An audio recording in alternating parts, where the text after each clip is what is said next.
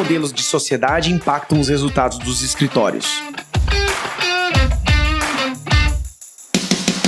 Bem-vindos ao Juridicast, o seu podcast de marketing e negócios jurídicos. Eu sou Leandro Ramos, host do programa, e no episódio de hoje vamos falar sobre um tema que está no cerne da estruturação de muitos escritórios de advocacia, os modelos de sociedade. A forma como os escritórios estruturam suas sociedades impacta diretamente na dinâmica do negócio, no desenvolvimento de carreira dos advogados e até no clima organizacional. Para nos ajudar a navegar por esse assunto tão estratégico, temos o prazer de receber a Fernanda Gerlova, que é sócia da FGF Consulting. Fernanda, seja bem-vinda ao Juridicast. Obrigada, Leandro, pelo convite. Muito obrigada aí pela participação aí. É um prazer compartilhar um pouquinho da minha visão e de um assunto que eu tanto gosto. Eu que agradeço a disponibilidade, Fernanda, de estar aqui com a gente. E para entrarmos nesse tema tão importante para o mercado jurídico, explica para o nosso ouvinte, Fernanda, quais são os principais modelos de sociedade que existem atualmente nos escritórios de advocacia aqui no Brasil e mais, como que eles impactam na dinâmica de negócio das bancas? Os principais modelos existentes são, primeiro, né, o modelo de sócios equities, né, que é a sociedade de capital,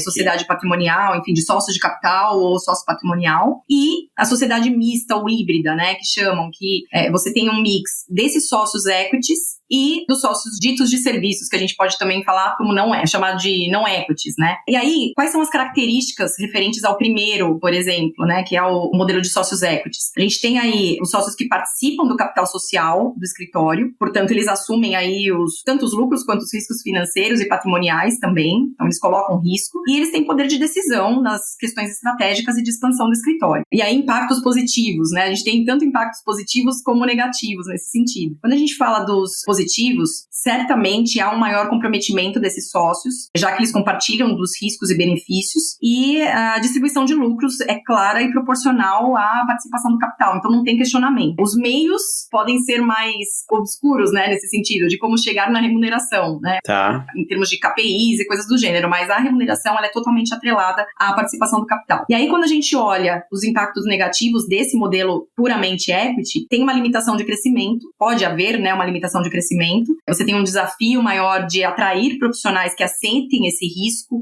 de colocar o capital no escritório. A especialização do escritório, ela fica muito pautada na especialização dos sócios, né? Então fica mais restrita a atuação que os sócios possuem e existe um risco patrimonial coletivo, né? Então você precisa conhecer muito bem o seu sócio aí, e se porventura acontecer algum problema grave, um desses sócios cometer alguma coisa grave, todos podem ser afetados financeiramente. Então, falando um pouquinho do sociedade de capital, né? O outro tipo de sociedade, como eu comentei, é a sociedade mista ou híbrida, que aí ela tem os sócios equities e não equities. Eu vou chamar mais dessa forma, tá? Mas os sócios não equities, como eu falei, são os de serviço. E aí a característica principal é que os não equities, eles têm participação nos resultados, mas não é de uma forma igual às dos sócios equities, né? E eles não precisam aportar capital. Então, eles não assumem riscos, os mesmos riscos que os sócios equities assumem. E aí, nesse sentido, quais são os impactos para o escritório? Ele permite maior flexibilidade na carreira dos advogados, principalmente aqueles talentosos que querem crescer rapidamente e tudo, é uma forma de colocá-los ali na sociedade, e eles podem ser promovidos sem aportar o capital. Então, isso facilita a expansão do escritório, você dá uma responsabilidade para um sócio que eventualmente não tem um sócio equity que cuide daquela função, daquela área, você pode ter esse sócio não equity para formar, né, para ele se desenvolver durante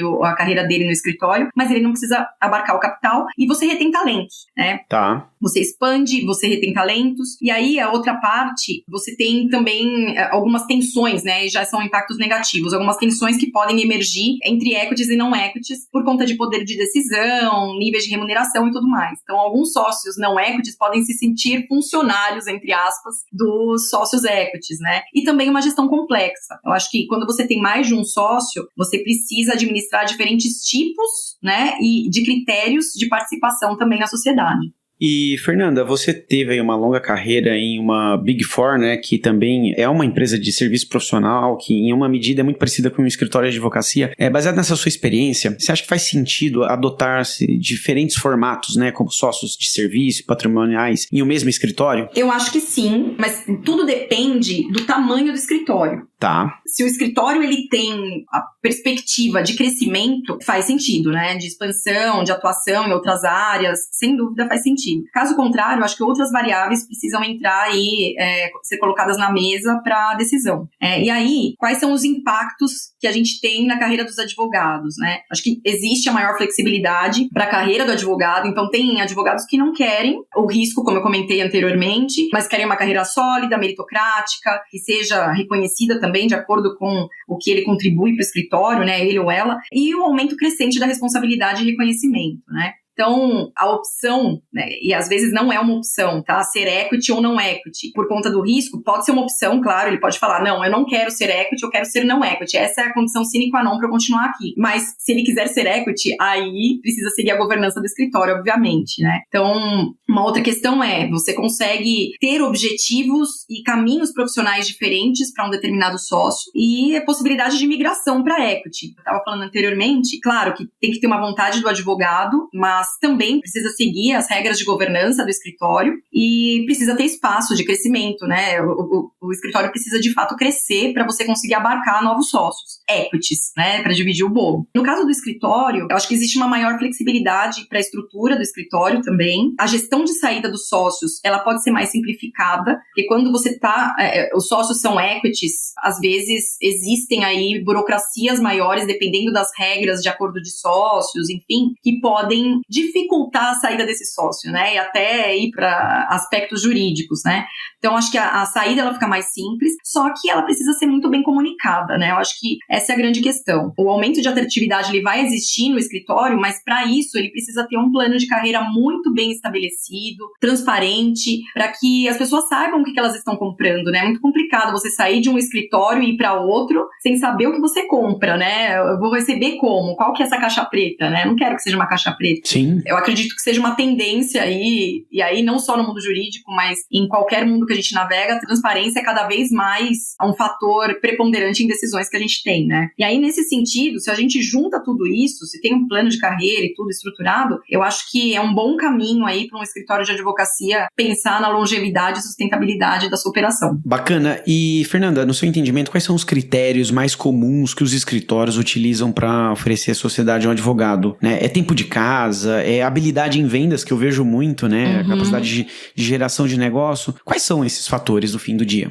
Bom, cada escritório adota a sua própria política de promoção, a sócio, enfim, né? Mas acho que o tempo de casa, ele já passou, né? Aquela onda do tempo de casa, eu acho que tempo de sociedade é algo muito importante ainda no mercado jurídico, certamente, até por toda a experiência que o profissional adquire ao longo da carreira, mas o fator tempo de casa, ele tem se tornado cada vez menos determinante para isso acontecer, né? Então, acho que tem outros fatores que ganham maior relevância e que são resumidos aí em resultado e competência, tá? Mas eu vou listar alguns aqui que vem na minha cabeça.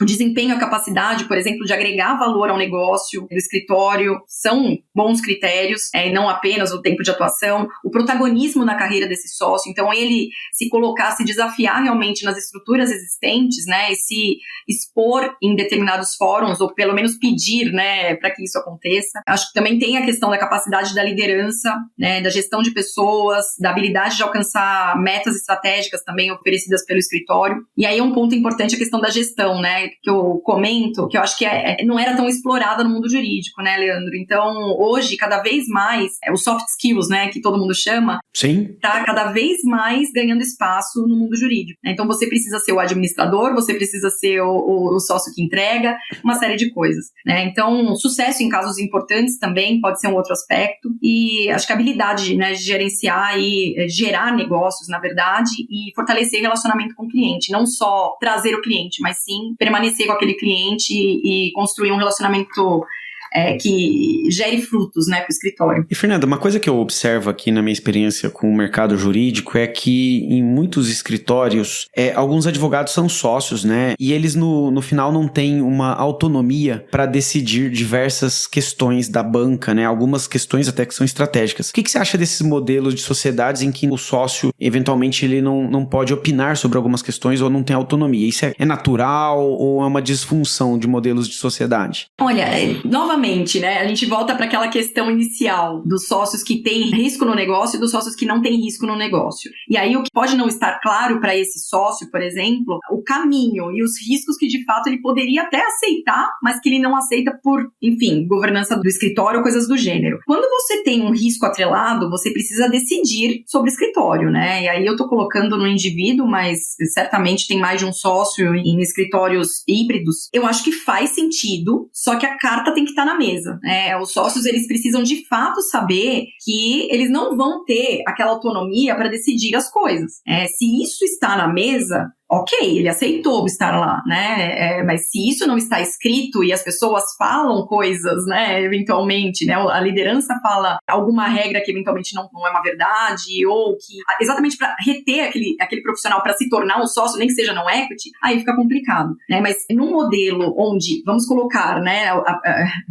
Alice no País das Maravilhas aqui, no mundo de Alice. Se a gente tem uma prerrogativa que o modelo é bem comunicado, que todo mundo sabe o seu papel, responsabilidade, sim, eu concordo com esse modelo. E por que eu concordo? Por conta do risco. Para isso, você precisa ter uma governança mais estruturada, tá? A nomenclatura para o mercado, às vezes, é igual, né? Eu vejo igual. Então, um sócio que é equity ou um sócio que é não equity, ela é exatamente igual num site, isso tanto de Big Four, né, quanto de escritórios de advocacia, é uma prática do mercado. Você acha que essa distinção para o mercado não deve ocorrer ou não é recomendável? Eu acho que esse modelo, ele é comum em escritórios maiores e que estão em crescimento, né, desses sócios que não possuem autonomia. Muitas vezes, eles se tornam sócios sem saber que, de fato, eles não terão autonomia de tomar uma decisão ou de se mostrar ao mercado de determinada forma, porque existem alguns compromissos e protocolos internos, né?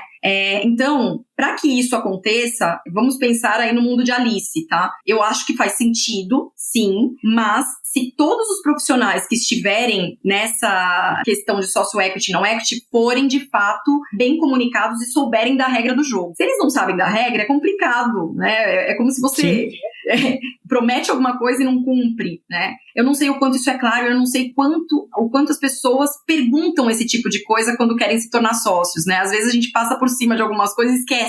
Fala, vou ter autonomia. Você vai ter autonomia sim, sócio, óbvio. Vou ter autonomia, mas eventualmente pode não ter. Ô, Fernanda, e sabe uma coisa que eu reparo? É que isso sim, não é comunicado, mas me parece que muitas vezes também os escritórios não pararam para pensar nisso. O sócio que tem equity, muitas vezes eles não têm uma governança, uma política clara. Então, sim, me parece que em muitos casos isso não é comunicado porque nunca foi discutido. Ou seja, não tem uma estrutura, uma política. Exato. E aí é onde que me parece que vai gerando tensionamentos nessa relação entre sócios. Exatamente. Acho que você tocou num ponto crucial. A questão da governança, Leandro, ela é um ponto de dor gigantesco que muitas vezes os escritórios realmente não pararam para pensar sobre isso, né? Então, se a gente tem, vamos pensar, se a gente tem um plano de carreira bem estruturado, definido e comunicado, com expectativas claras do que se é esperado de um sócio equity, de um sócio não equity, esse tipo de tensão, ele cai por terra. Então, o fato desse sócio não equity não ter autonomia de fazer algo não vai ser uma frustração para ele. Está lá na governança. Então, eu acho que, como eu falei, no mundo de Alice, tudo seria lindo se tudo fosse comunicado e se tivesse uma governança bem estruturada para isso, né, acontecer de fato. Mas eu acho que o sócio equity, ele tem que estar à frente das decisões por incorrer em riscos na sociedade, e o sócio não equity, dependendo, né, do posicionamento dele dentro do escritório, ele pode muito bem participar de comitês, de fóruns, mas sem o direito a voto. Simplesmente pelo fato, como eu comentei, de não incorrer em riscos, né? E a gente tá falando muito de sócio aqui, né? Até porque é o tema do nosso episódio, né, Fernanda?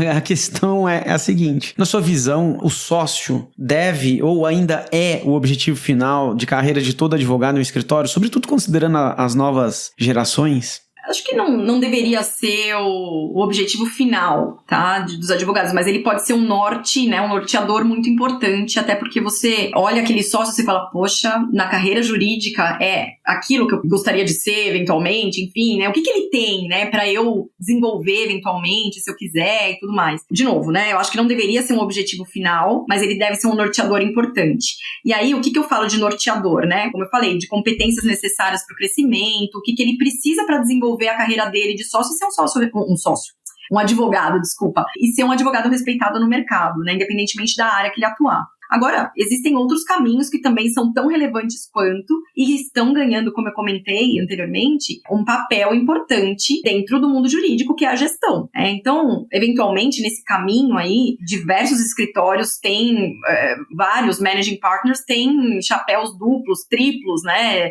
Eu preciso cuidar do escritório, hoje eu vou usar, das 2 às 3 eu vou usar meu chapéu de managing partner, das 3 às 5 eu vou usar meu chapéu de líder de área, por exemplo, e assim vai, né? Então, acho que dá para você pensar também em carreiras alternativas, né? Se esse sócio ele tem aptidão com gestão de pessoas ou com números, o que quer que seja, uma outra vertente de sociedade pode surgir aí e ele exercer um papel único, exclusivo de CFO ou COO, mas isso é uma quebra de paradigma do mercado, tá, Leandro? Eu não consigo sentir ainda que os escritórios jurídicos aceitam tranquilamente um sócio não exercer a função de advogado. Trazendo a minha experiência de Big Four, eu acho que funciona super bem, mas existe aquela sensação de que o sócio, o managing partner ou CEO, o que quer que seja, ele tem que estar no mesmo nível que eu. E todos são sócios, né? Todos têm a mesma prerrogativa naquela organização, que é ter a longevidade, o sucesso da organização. Cada um com o seu papel. Só que ninguém pode se matar de trabalhar também, né? Então, acho que a gente tem outras alternativas e pensando nessas novas gerações, eu tenho muitos amigos da geração, apesar de eu ser geração Y, eu tenho alguns amigos também que são da geração Z e que estão no início da carreira de advogado e eles compartilham muito comigo isso, né? Então, se não tem uma transparência, um plano de carreira bem definido, um norte do que chegar, né, valorizando de fato as minhas competências de gestão, o que quer que seja, por que eu vou continuar aqui no escritório? Será que realmente a promessa que estão me fazendo, ela vai ser cumprida? Se não houver transparência, será que eu consigo confiar nesse meu empregador, que hoje é meu empregador, para ser um dia sócio? E aí ele repensa e fala, poxa, se continuar assim, eu prefiro ganhar experiência e sair e montar minha própria empresa, meu próprio escritório. Então tem essas questões também. A gente não falou de geração, mas eu acho que tem uma questão aqui de pensar em outras alternativas. E o advogado, sim, pode ser o diretor de RH, o sócio de RH que seja, mas se for algo que incomode muito o escritório, ele pode ser um sócio não equity, um sócio que não gera receita. Se é um incômodo muito grande para o escritório, é um sócio não equity. Porém, um CFO, por exemplo, ele pode ter uma função de gerenciar as finanças do escritório de tal forma que o RH não tem, e ele pode ser um sócio equity, né, de alguma forma, né? Tem que pensar, querendo ou não, em critérios para avaliar aquele sócio e ele, de fato, ser um equity, né? Mas é algo que, de novo, é muito novo para o mundo jurídico. A gente precisa colocar na mesa e pensar e refletir um pouco mais sobre isso. E aproveitando esse gancho, Fernanda, eu noto que em alguns escritórios existe um sócio que é o chamado sócio de captação, né? É aquele sócio que eventualmente tem bons relacionamentos no mercado, é advogado, né? Afinal, para ser sócio numa firma jurídica tem que ser advogado. E aí ele entra lá para gerar negócio. Às vezes ele nem tá vinculado à execução do serviço e tudo mais, né? Isso é um fenômeno. Baseado nisso, você acha que advogados que têm maior habilidade em vendas têm mais chance de se tornar sócios e mais? E no seu entendimento isso deveria ser um critério? Eu pergunto isso porque cada vez mais os escritórios estão preocupados em como gerar novas receitas, né? Ou seja, os escritórios estão cada vez mais preocupados em vender e aí, obviamente, né, buscam profissionais que estão aptos a realizar vendas. Todo sócio tem que vender? Eu acho que não. Não concordo com isso, que todo sócio tem que vender. Eu acho que tem espaço para todo mundo, tá? Eu tenho a mesma percepção que você e que o mercado geralmente fala. Então, aqueles rainmakers, né, que eles falam, eles são super valorizados, só que muitas vezes eles não entendem a dor de entregar, né, o que foi vendido também, né? Então, ser só um rainmaker ou ser só reconhecido como um rainmaker, acho que não é nem saudável. É claro que você tem diferentes papéis dentro da organização, do escritório, né? Ele pode ser um desses papéis, certamente, mas ele tem que ter medidas que andem de mãos dadas com outros papéis dentro do escritório também, para tudo ser saudável. Vou dar um exemplo aqui. Um sócio que só vende, ele não sabe qual é a margem que esse caso pode gerar, né? Então, ele vende com uma complexidade X. Eu tô colocando um caso hipotético aqui, tá? Tá bem. Mas, na verdade, ele entrega com uma dificuldade muito maior do que ele vendeu. Então, assim, ele precisa participar também, como resultado, da entrega daquele caso que ele ajudou a vender, entende? Apesar dele não ser o sócio que vai entregar aquele, entre aspas, caso, projeto, projeto, o que quer que seja, tá? Então, assim, eu acho que avaliar o sócio para se tornar, o profissional, na verdade, né, para se tornar sócio, tendo esse como um critério, eu acho equivocado e muito simples, né? Então, acho que tem outros aspectos aqui, outras habilidades importantes que precisam nortear a decisão do escritório a promover um sócio. Vou dar um exemplo aqui. Você pode ser um advogado sênior que vai num escritório e você é um tributário. Só que você tem uma escutativa, né? Você consegue perceber do seu cliente que ele tem outros problemas que não são limitados apenas ao tributário. De repente tem outras coisas, né? Outros problemas. É no trabalhista, é no corporativo, o que quer que seja. Você consegue captar isso e de alguma forma traduzir isso dentro do escritório e, primeiro, você constrói um relacionamento com o cliente, você escuta o cliente de fato e você consegue direcionar uma dor que o cliente tem para dentro do seu escritório. Então, você gera outros negócios também, não olhando apenas a sua área. A gente fala muito do cross-selling, mas é bem isso. Ter uma visão abrangente do escritório e ter uma comunicação eficaz, né? Visão holística do cliente, comunicação eficaz, trazendo novos negócios para o escritório e entregando muito bem, né? Então, acho que tem uma série de fatores aqui que permeiam, e dentre eles também gestão da equipe, da liderança também que esse sócio tem em um determinado cliente. A gente pode listar aqui uma série de coisas, né? Eu só estou colocando realmente outros parâmetros que podem ser utilizados para a gente conseguir medir e ter uma avaliação mais robusta desse profissional para ele se tornar sócio. E, Fernanda, você acha que o modelo de sociedade adotado em escritório ele pode afetar o clima organizacional? Independentemente do modelo de sociedade adotado, Leandro, eu acho que se não houver clareza, transparência e um caminho estruturado, as tensões elas tendem a surgir, tá? Então, é claro que, como eu falei, se você tem tudo comunicado, uma governança estabelecida, critérios bem definidos para avaliação, para diminuir um pouco a subjetividade, eu acho que é difícil a gente criar aquela ilusão de que não haverá subjetividade em avaliações ou coisas do gênero. Sempre tem um pouco de subjetividade, mas é importante que não se tenha uma percepção de injustiça, sabe? Na avaliação, eu fui prejudicado, eu não fui promovido por causa de questões subjetivas, o que quer que seja, né? Então, o que realmente, na minha visão, diminui as tensões é ter tudo isso alinhado entre sócios e não sócios. Então, se você tem uma governança robusta, o escritório ele consegue reduzir esses conflitos e criar um ambiente de trabalho mais estável e harmônico. Legal. E, Fernanda, você trabalhou numa Big Four, né? Ou seja, uma empresa com atuação global, então imagino que você tenha tido aí uma visão bastante ampla, né? De como empresas de professional service, inclusive os escritórios de advocacia, se organizam em termos de sociedade, né? Então, nesse quesito, o modelo de sociedade que os escritórios de advocacia aqui no Brasil utilizam é semelhante ao que existem em outros países? É semelhante. Várias sociedades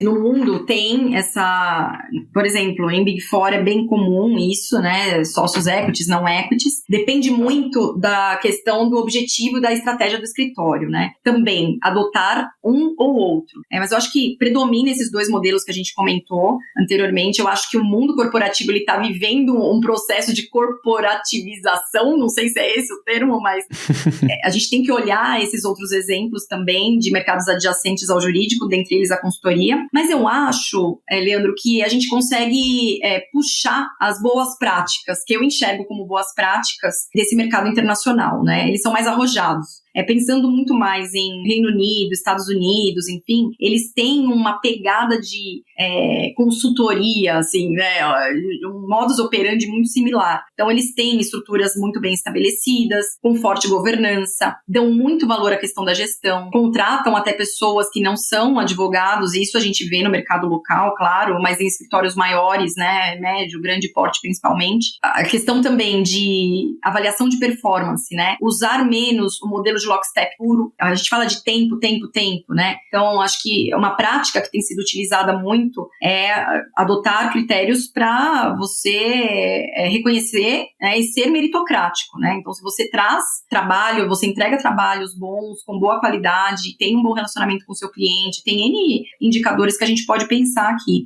Isso deve ser refletido, né, de alguma forma. Então, pensar um pouco menos em tempo de cargo, de sócio, de casa, e mais o quanto aquele sócio agrega, de fato, para o escritório. Aí outras questões, né? Quando a gente fala de governança, a gente fala de comitês, alguns comitês. Então, você acaba até delegando algumas atividades para outros sócios, né? Isso tem muito da governança, da estrutura da governança do escritório. E você tem, de novo, pessoas diferentes trabalhando em comitês estratégicos, comitês diferentes também em assuntos diferentes, para garantir a opinião, não centralizar tanto num grupo, a não ser que tenha um comitê executivo, que eu acho que precisa olhar o escritório como um todo. A gente pode falar de termos depois, eu acho que isso é tema para outro podcast até, para governança, viu? Com certeza. A gente pode explorar aqui infinitamente, mas acho que é importante a gente olhar um pouco essas melhores práticas e trazer para o Brasil cada vez mais, né? Claro, em doses diferentes para o tamanho do escritório, né? Não dá para a gente criar uma estrutura super robusta num escritório que é pequeno e que você vai acabar matando, né, aqueles sócios que estão na operação. E, de novo, eu acho que maior transparência nos critérios de remuneração e um caminho claro de crescimento. Eu acho que eu virei um papagaio aqui falando disso, Leandro, até agora, mas transparência eu acho que é uma tendência global para qualquer segmento, em qualquer coisa, incluindo consumidores, né? Então, para todo mundo. Quanto mais, claro, que a transparência depende também, o nível de transparência depende do nível da pessoa dentro da organização, tá? Você não vai compartilhar tudo com todo mundo, mas para o nível de sociedade a pessoa precisa saber, o profissional precisa saber o que ele está comprando, né? Onde ele está entrando de fato. É um casamento, querendo ou não, é um casamento. Com certeza. Então, acho que essas são as grandes tendências ou inspirações que a gente poderia, né? Na verdade, inspirações que a gente poderia pegar aí desses mercados mais maduros. E você falou em tendência, Fernanda, eu gostaria de fechar nosso episódio com a seguinte pergunta. Quais são as tendências que você enxerga para o futuro dos modelos de sociedade nos escritórios, né? Você acha que esse formato tradicional que a gente discutiu aqui hoje, ele tá com os dias contados? Olha, eu acho que dias contados é muito forte. Mas eu acho que ele está em transformação.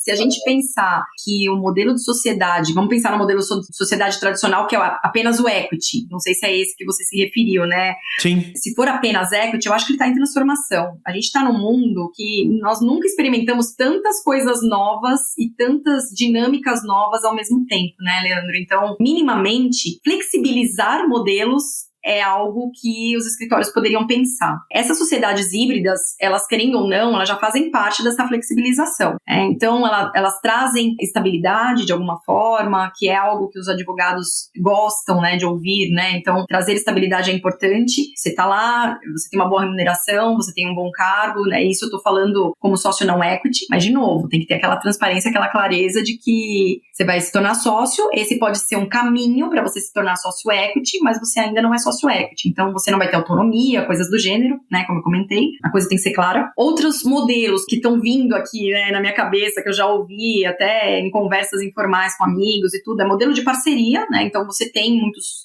advogados que atuam de forma independente, com escritórios jurídicos e, eventualmente, até podem atuar aí, tô pensando em modelos colaborativos, né? Eventualmente podem existir, sempre respeitando a legislação, regulamentação, enfim, dos países, aqui no Brasil também, mas eu acho que modelos colaborativos e com possibilidade de sociedades temporárias pode ser algo a se pensar no futuro. Então, pensando tudo isso, obviamente, sempre trazendo o complicômetro, né, o complicador aí das inovações, né, da inteligência artificial, das tecnologias. Então, tudo isso vai acabar fazendo com que esses profissionais que são sócios ou que querem se tornar sócios ou querem ter o seu próprio escritório, que seja, a se preocupar muito mais no valor agregado e no intelecto mesmo, né, na parte que agrega valor para o cliente. Muito bom, Fernanda. Nosso episódio chega ao final e eu agradeço imensamente a sua participação aqui no Juridicast. Obrigada a você pelo convite. Obrigado.